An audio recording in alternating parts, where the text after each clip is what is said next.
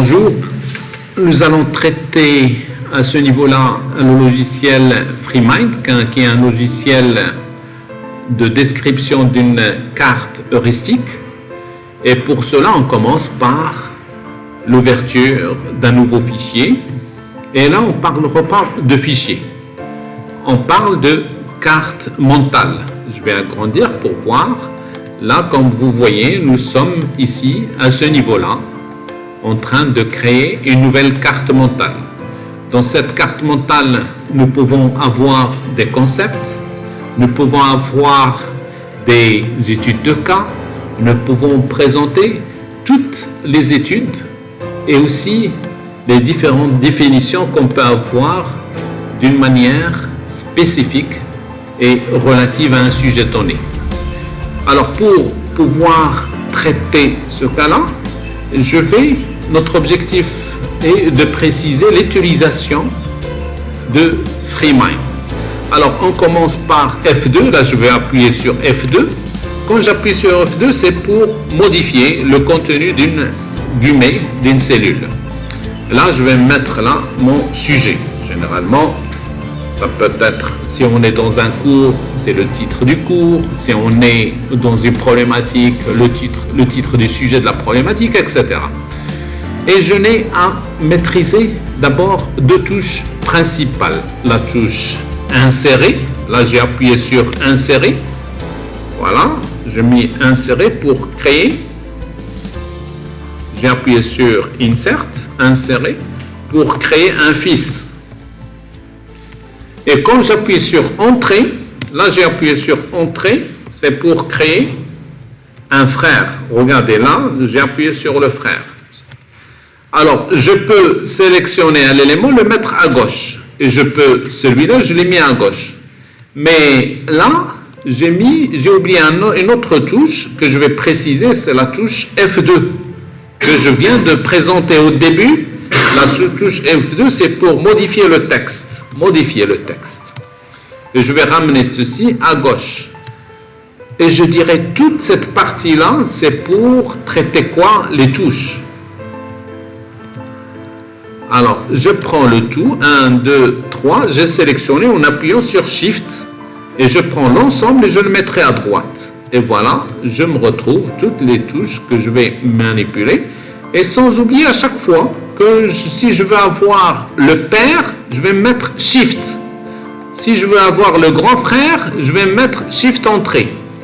Shift, donc lorsque je mets Shift, c'est pour avoir quoi? Soit le père, c'est pour mettre le père, c'est pour ajouter le père, soit pour ajouter le grand frère. Alors là, on avait le frère, là, je mettrai le grand frère. Là, c'était le fils. Quand je mets Shift, insérer, j'ai le fils, le père, pardon. Et quand j'ai le Shift, entrée, j'ai le grand frère. Et qu'est-ce que je fais? Ça, c'est pour apprendre. Et là, notre sujet, c'est quoi? C'est l'utilisation de FreeMind lui-même. FreeMind, nous avons ici FreeMind. Alors, le sujet. Ici, je vais donner un exemple d'utilisation. J'appuie à ce niveau-là sur insérer. Je mets par exemple F4. Je mets entrée. Je mets F1, 2. Entrée F2, 1. Entrée F2. Entrée F3. Entrée F1, 3.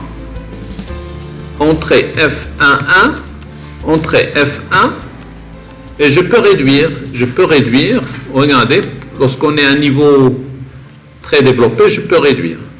Alors, et je mettrai là F5. Je dois trier tout ceci. Alors, là, j'ai F4. F1 se présente avant. Regardez, F1, 2 se présente. F2, 1 entre les deux. F2, c'est là. Mais j'ai F2, 1 qui se trouve, regardez, qui se trouve juste après. Donc là, on a trouvé, et j'agrandis automatiquement, F2, 1 et le fils de F2. F3, je le mets là. F1, 3, je le mets aussi à ce niveau-là.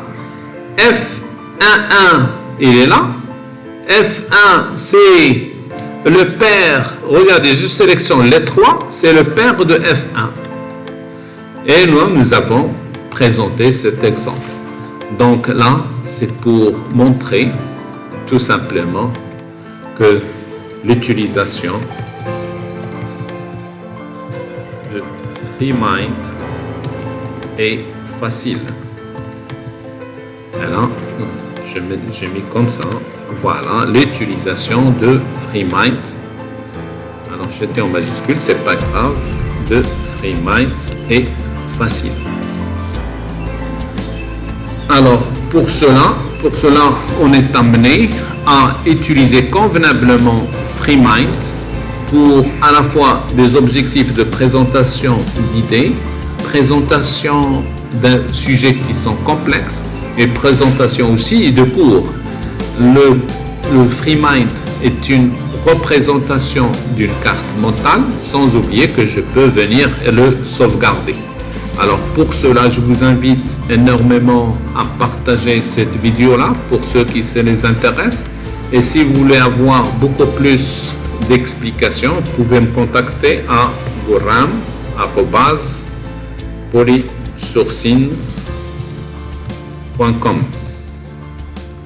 Voilà, vous notez Gouram, GOU2RAM, @polysourcing.com.